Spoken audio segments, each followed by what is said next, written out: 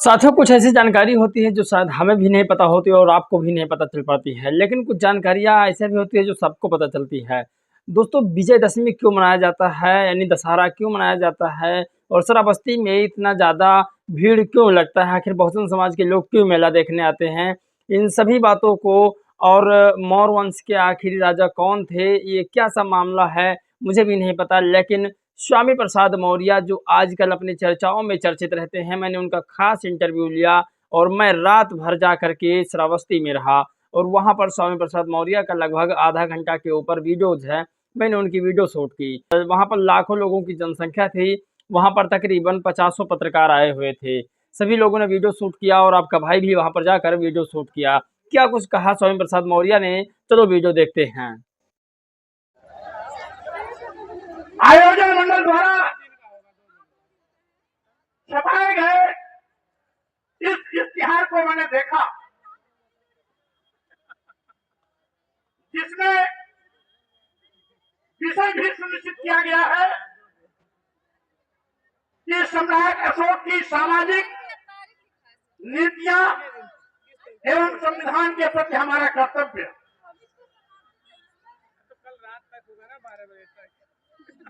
साथ ही साथ भारतीय संविधान एवं व्यवस्था परिवर्तन पर हो रहे फेरबदल के बहुजन समाज को सावधान रहने की आवश्यकता, और साथ ही साथ हमारे सामाजिक परिवर्तन आंदोलन के जो सूत्रधार रहे हैं, जिन्होंने पूरे विश्व में मानवता का संदेश दिया, मानव मानव एक समान की विचारधारा दी, करुणा मैत्री बंधुत्व का संदेश देने वाले करुणा के सागर तथागत बुद्ध को मैं नमन करता हूं। इसके साथ ही साथ सामाजिक परिवर्तन के महान प्रणेता ज्योतिबा फुले जी, इस देश की प्रथम महिला शिक्षिका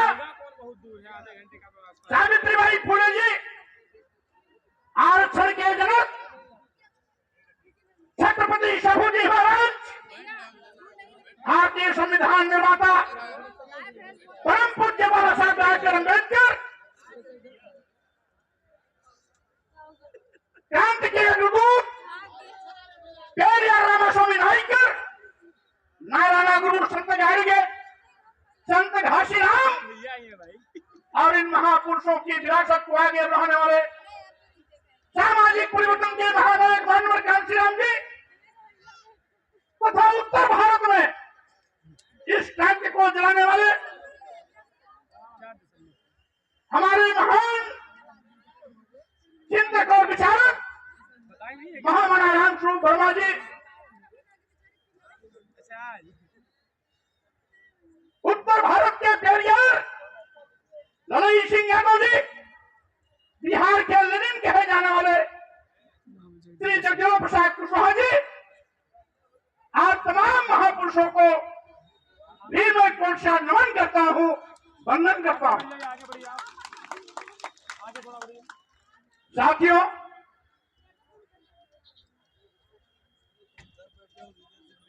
सामाजिक परिवर्तन की लड़ाई कोई नई लड़ाई नहीं है। आज हमारा भारतीय संविधान सबके संरक्षक के रूप में सबको समान रूप से बराबर का अधिकार देता है। इस देश के 140 करोड़ लोगों के सम्मान और स्वाभिमान, शिक्षा, स्वास्थ्य, सुरक्षा का अधिकार देता है। आज भारतीय संविधान के अनुच्छेद 14 में इस बात की स्पष्ट व्याख्या है कि हम धर्म, जाति, लिंग और जन्म स्थान के आधार पर किसी के साथ कोई भेदभाव नहीं कर सकते। जात पात, छुआछूत, ऊंच नीच, भेदभाव का जो विषमतामूलक समाज है वो इस देश के लिए कैंसर है। दुनिया का चीन के बाद सबसे बड़ा देश भारत है, लेकिन हजारों साल तक ये गुलामी की काफी झेली है।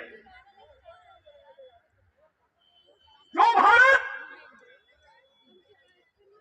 सम्राट अशोक के जमाने में कभी सोने की चिड़िया कहा जाता था, वो घी की नदियां बहती थी, लोगों के घरों में ताले नहीं लगाए जाते थे, मानवता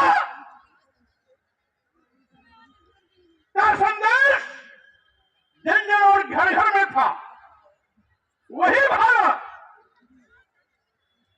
आखिर हजारों साल तक गुलामी की त्रासदी झेलने के लिए मजबूर क्यों हुआ? इसीलिए कि हम जातियों में बटे थे, ऊंच नीच में बटे थे, छूत और छूत में बटे थे। हम बड़े, तुम छोटे, हम ऊंच, तुम नीच, इस भावना में पूरे समाज को हमारे धर्म के ठेकेदारों ने बांट दिया था। और यही कारण है साथियों, इसी मानवता का संदेश देने के लिए, जात पात, छुआछूत, ऊंच नीच की खात्मा के लिए कभी तथागत बुद्ध ने पूरे विश्व को मानवता का पाठ पढ़ाया था। इसी मानवता के संदेश को सम्राट अशोक ने घर घर पहुंचाया था। इसी बुद्ध के विचार को ये श्रावस्ती, जो बुद्ध की कर्मस्थली भी रही है, कई वर्षावर्ष इस बौद्ध तीर्थस्थली श्रावस्ती में भगवान बुद्ध ने बिताए हैं। महाराज प्रसेनजित की राजधानी भी रही है, उपराजधानी साकेत रही है। महाराज प्रसेनजित बुद्ध के समकालीन राजा थे। महाराजा प्रसेनजित भी बौद्ध राजा थे। और साथियों, ये पूरे श्रावस्ती में, श्रावस्ती खोड़स महाजनपद का एक मुख्य जनपद था जहां के राजा प्रसेनजित थे। और यहां पर भाईचारा, करुणा, मैत्री, बंधुत्व का लोग जीवन जीते थे। कोई भेदभाव नहीं, कोई ऊंच नीच, छुआछूत नहीं। लेकिन ये कौन सी थी ताकतें हैं जिन्होंने हमें जातियों में बांटा, ऊंच नीच में बांटा, छूत छूत में बांटा, भेदभाव मूलक समाज बनाया? आखिर एक विचारणीय विषय है। हजारों साल तक गुलाम रहने वाला भारत अगर इस पर गंभीरता से चिंतन नहीं करेगा तो गुलामी का खतरा फिर से भारत पर कहीं न कहीं मंडराता नजर आएगा। इसीलिए सावधान रहने की आवश्यकता है। जब हमारा भारतीय संविधान 140 करोड़ लोगों को समान रूप से बराबर का अधिकार देता है, तो समाज के बांटने वाले लोग आखिर समाज को बांटने की कोशिश लगातार क्यों करते हैं? इसका मतलब है संविधान के प्रति उनकी सोच दूषित है। जो संविधान के प्रति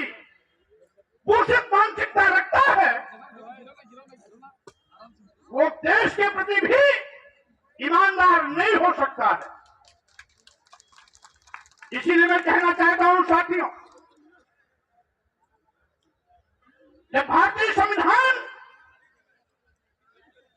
हमें विज्ञान के साथ, वैज्ञानिक शोध के साथ खड़े होने की बात करता है, भारतीय संविधान के अनुच्छेद 51 के तहत हमें इस बात का निर्देश देता है कि लोगों को ढोंग ढकोसले पाखंड अंधकार से निकालकर वैज्ञानिक शोध के साथ समाज को खड़ा करने की आवश्यकता है। अगर समाज को वैज्ञानिक शोध के साथ खड़ा करने की आवश्यकता है और हम इस बात को कहते हैं कि संविधान के अनुच्छेद 51 के तहत हमें ढोंग ढकोसले पाखंड से दूर होकर वैज्ञानिक शोध के साथ आगे बढ़ना है, तो धर्म के नाम पर दुकान चलाने वाले लोगों के पेट में दर्द होता है। और साथियों, मैं कहना चाहता हूं, भारतीय संविधान ये आज हमारा सबसे बड़ा धर्म ग्रंथ है। भारतीय संविधान ही हमारा सबसे बड़ा धर्म ग्रंथ है। यही भारतीय संविधान 144 करोड़ लोगों के मान सम्मान की रक्षा करने की गारंटी देता है। यही भारतीय संविधान सभी धर्मों को समान रूप से आगे बढ़ने और अपने सोच के मुताबिक अपने धर्म का पालन करने का भी हिदायत देता है। लेकिन धर्म समाज के निर्माण के लिए होता है। धर्म मानव और मानवता के कल्याण के लिए होता है। धर्म राष्ट्र के और राष्ट्रवासियों के कल्याण के लिए होता है। धर्म देश के बंटवारे की बात नहीं करता है। धर्म इंसान को जानवर से बदतर जिंदगी जीने के लिए मजबूर नहीं कर सकता है। धर्म समाज को जात पात छुआछूत ऊंच नीच में बांटने का पाप नहीं कर सकता है। और इसीलिए मैं कहना चाहता हूं, आज धर्म की दुहाई देकर के कोई संविधान की धज्जियां उड़ाएगा तो स्वाभाविक रूप से ऐसे संविधान विरोधी ताकतों से निपटने के लिए हमें आगे आना पड़ेगा।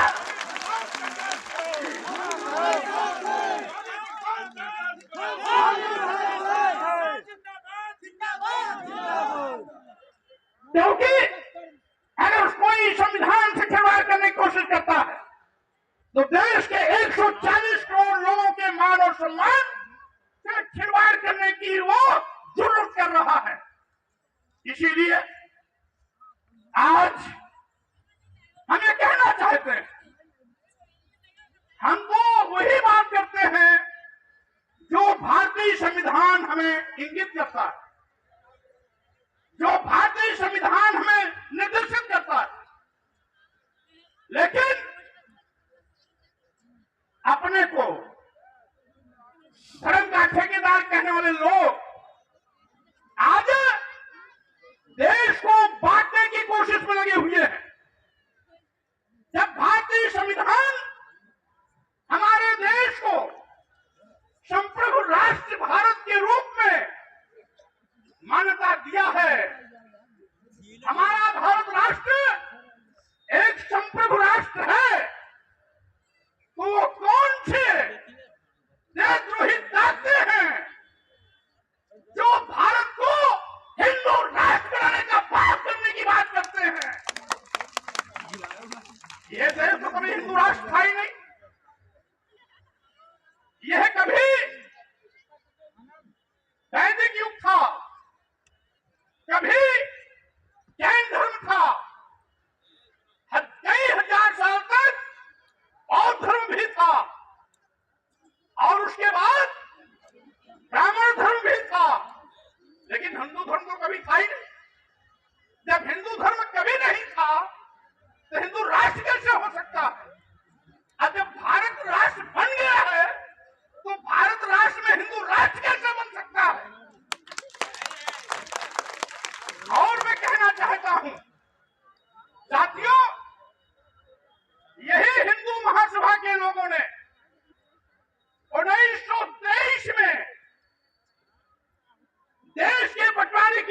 दफाई थी। 1939 में जब वीर सावरकर हिंदू महासभा के राष्ट्रीय अध्यक्ष थे, तो उन्होंने इसी देश के बंटवारे की बात को दो राष्ट्रीय अवधारणा में बांटने की मांग किया था।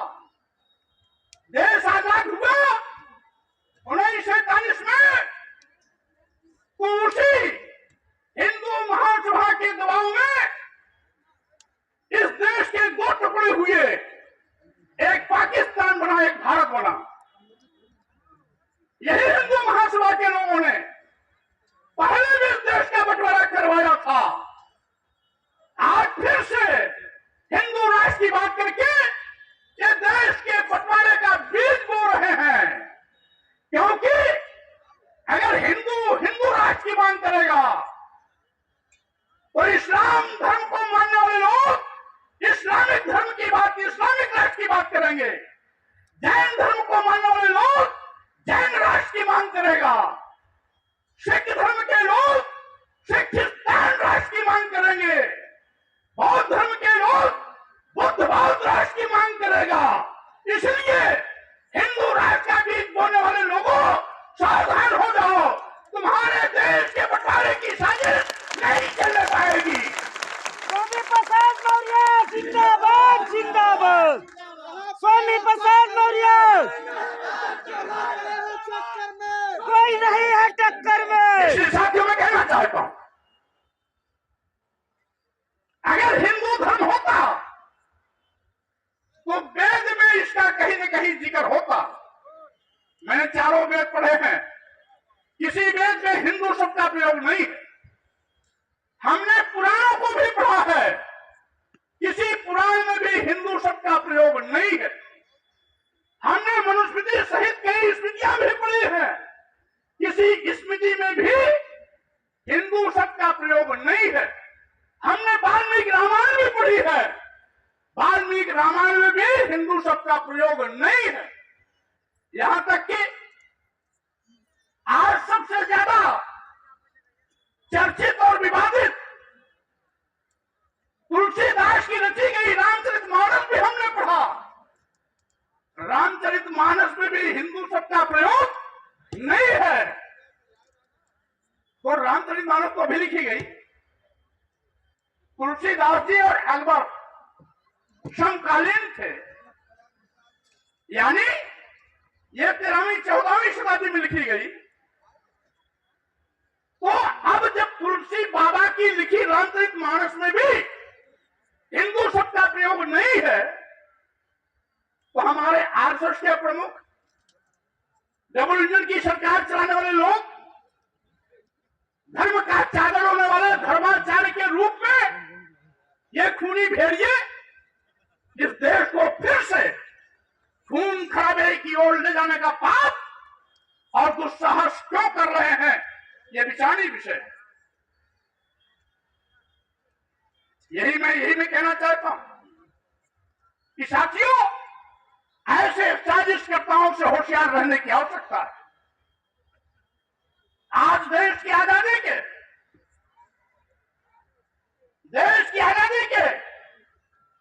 75 साल हो गए। अभी अभी हमने आजादी का 76वां वर्षगांठ मनाया है। डबल इंजन की सरकार भी इस अवसर पर अमृत महोत्सव मना रही है, लेकिन अमृत महोत्सव मनाने वाले माननीय मुख्यमंत्री, प्रधानमंत्री शायद भी भूल जाते हैं कि जिस भारतीय संविधान की कसम खा करके आप प्रधानमंत्री और मुख्यमंत्री की कुर्सी पर बैठे हो, उसी भारतीय संविधान की अवधारणा के विपरीत आपका आचरण आप पर भी कहीं न कहीं सवाल या निशान लगाता है। आप कहते हो सबका साथ, सबका विकास, सबका विश्वास, लेकिन आपने सबके विश्वास का कत्लेआम कर दिया। यह क्या विडंबना है कि देश की आजादी के 76 साल में जाने के बाद भी आज इस देश का सर्वोच्च पद पर बैठा हुआ, संविधान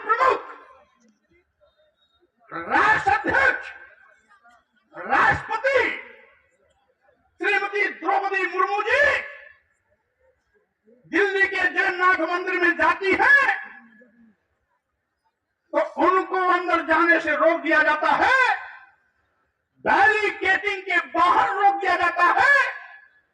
क्यों? क्योंकि वो आदिवासी समाज की महिला है। लेकिन उन्हीं के अधीन केंद्रीय मंत्रिमंडल का एक मंत्री जो ऊंची जात का है, वो मंदिर के गर्भगृह में जाके पूजा अर्चना करता है। यानी ऊंची जात का मंत्री जो राष्ट्रपति के अधीन मंत्रिमंडल का एक छोटा मंत्री है, वो अंदर जाके पूजा करता है क्योंकि ऊंची जात का है। लेकिन देश की राष्ट्रपति आदिवासी समाज की है, इसलिए सबसे बड़े पद पर बैठने के बावजूद भी वहां के पंडों ने मंदिर के अंदर जाने से रोक दिया। नतीजा है कि मजबूरी में वो बैरिकेडिंग के बाहर ही मंदिर को हाथ जोड़ करके वापस चली जाती है। ये राष्ट्रपति की बदहाली का आलम है। क्या माननीय प्रधानमंत्री को नहीं मालूम क्या? ऐसे पंडे पुजारियों पर कानूनी कार्रवाई क्यों नहीं? पूजा का क्या सबको है। और मंदिरों में जिसे हम देवी देवता भगवान कहते हैं, इस मूर्ति को बनाता कौन है? इस मूर्ति को बनाता है, गांव में हम बोलते हैं पत्थर कटा। हथौड़ी छेनी से पत्थर को काट काट तराश करके वो भगवान का रूप देता है, देवी का रूप देता है, देवता का रूप देता है। लेकिन वही देवी देवता भगवान जिसको पत्थर कटा ने काट काट करके तराश करके इनको महिमा मंडित करके भगवान देवी देवता का रूप दिया, जब वो मंदिर में चला जाता है तो पत्थर कटा का प्रवेश वर्जित कर दिया जाता है, रोक दिया जाता है। आखिर क्यों? आखिर क्यों? जिसने भगवान का मूर्ति बनाया, महीनों महीनों मेहनत करके उसको तराशा, खूबसूरत रूप दिया, वही मूर्ति मंदिर के अंदर गई नहीं कि मूर्ति बनाने वाला पत्थर कटा का प्रवेश वर्जित। यह विडंबना है। यही नहीं, यही बात नहीं है। इसके पहले जो राष्ट्रपति थे माननीय रामनाथ कोविंद जी, राष्ट्रपति रहते राजस्थान के पुष्कर के ब्रह्मा मंदिर का दर्शन करने गए। उनको भी वहां के पंडे पुजारियों ने मंदिर में जाने से रोक दिया क्योंकि वो भी दलित समाज के थे। क्या आज पिछड़े और दलित इस बात का संज्ञान नहीं ले रहे हैं क्या? नारा दोगे सबका साथ, सबका विकास, सबका विश्वास, लेकिन आदिवासी समाज से अगर राष्ट्रपति की कुर्सी पर भी बैठ गया द्रौपदी मुर्मू जी के रूप में, तो उसको मंदिर में प्रवेश नहीं। दलित समाज का व्यक्ति रामनाथ कोविंद के रूप में अगर राष्ट्रपति बन गया तो उसको ब्रह्मा के मंदिर में प्रवेश नहीं। 2017 में अखिलेश यादव जी उत्तर प्रदेश के मुख्यमंत्री थे, डबल इंजन वालों की सरकार बनी। यही डबल इंजन की सरकार वाले लोग जब मुख्यमंत्री आवास को अखिलेश यादव ने खाली किया, यही डबल इंजन की सरकार वाले लोग उसको पहले गोमूत्र से धुलाया, उसके बावजूद उनका पेट नहीं भरा तो गंगा जल से धुलवाया। क्यों? क्योंकि अखिलेश यादव जी पिछड़े समाज में पैदा हुए थे, इसलिए ऐसी घिनौनी हरकत की। अगर अखिलेश यादव जी किसी ब्राह्मण समाज में पैदा हुए होते तो भाजपा के लोग उसको न गोमूत्र से धुलवाते, न गंगा जल से धुलवाते। वो इसलिए धुलाया गया कि अखिलेश यादव जी पिछड़े समाज के। आप कहते हो कि स्वामी प्रसाद मौर्य हम पर टिप्पणी करते हैं। हम टिप्पणी क्या करेंगे? हम तो अपनी पीड़ा बयां करते हैं। आपने हमारे साथ बदसलूकी क्या किया? हम हजारों साल पहले की बात नहीं करते, हम तो आज की बात कर रहे हैं। द्रौपदी मुर्मू के साथ आपने क्या किया? इस देश के पूर्व में राष्ट्रपति रामनाथ कोविंद जी के साथ आपने किया, क्या किया? मुख्यमंत्री रह चुके श्री अखिलेश यादव के साथ आपने क्या किया? हजारों साल पहले आपने क्या किया होगा, इसकी तो कल्पना करके हमारे रोए रोए फरवा जाते हैं। आप हमें गाली दें,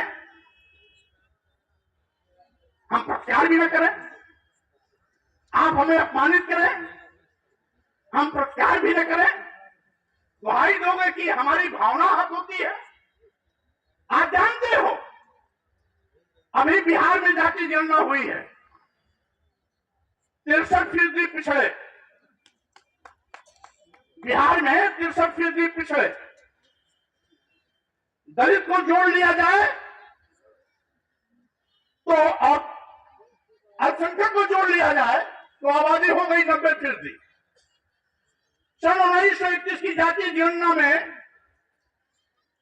यहां पर पिछड़ों, दलितों, आदिवासियों को सबको जोड़ लिया जाए और अल्पसंख्यक को भी इसे शामिल कर लिया जाए तो इनकी आबादी लगभग 92.5%।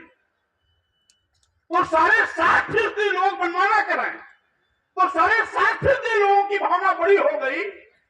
92% लोगों की भावनाएं रोज आहत होती हैं, इनके लिए कोई माने नहीं रहता है।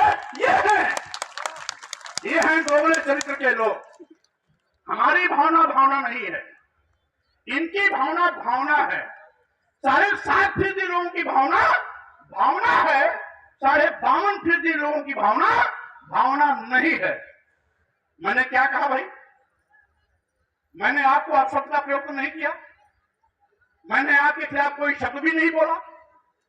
मैंने तो केवल इतना ही कहा था ना कि धर्म के नाम पर आप किसी को गाली नहीं दे सकते हो, धर्म के नाम पर आप अपमानित करने के लिए प्रेरित नहीं कर सकते हो, धर्म के नाम पर महिलाओं के सम्मान के साथ मजाक नहीं कर सकते हो, जासूसी शब्दों का प्रयोग करके हमें नीच और अधम नहीं कर सकते हो। हमने तो यही कहा था, जे बड़ाधम तेरी कुम्हारा सुपथ किरात कोल कलवारा। ये कौन जातियां हैं? या आदिवासी हैं, या दलित हैं, या पिछड़े हैं। हमने केवल इतना ही कहा था, भारतीय संविधान के मुताबिक अब आपको किसी के साथ अधम और नीच शब्द नहीं लगा सकते हैं। इसलिए या तो इसको संशोधित किया जाए और या इसको बैन किया जाए। यही तो कहा था ना। क्या क्या गलती कर दी? क्या बड़ी भावना बिगड़ गई? यानी 93% लोगों की भावना भावना नहीं, 60% लोगों की भावना भावना हो गई। ये भेदभाव बंद करो। आज भारतीय संविधान है जो सभी 140 करोड़ लोगों को बराबर का अधिकार है। धन, धरती, शिक्षा, सम्मान, स्वाभिमान के साथ रहने का। तो आप इसमें दाल भात में मूर्छे चंद क्यों बनना चाहते हो? आखिर हम तो महिलाओं का सम्मान करते हैं, हमारे देश की ये संस्कृति है। यत्र नार्यस्तु पूजन्ते रमन्ते तत्र देवता। जहां स्त्रियों का सम्मान होता है वहीं पर स्वर्ग वास होता है, वहीं पर स्वर्ग का वास होता है, वही स्वर्ग होता है। और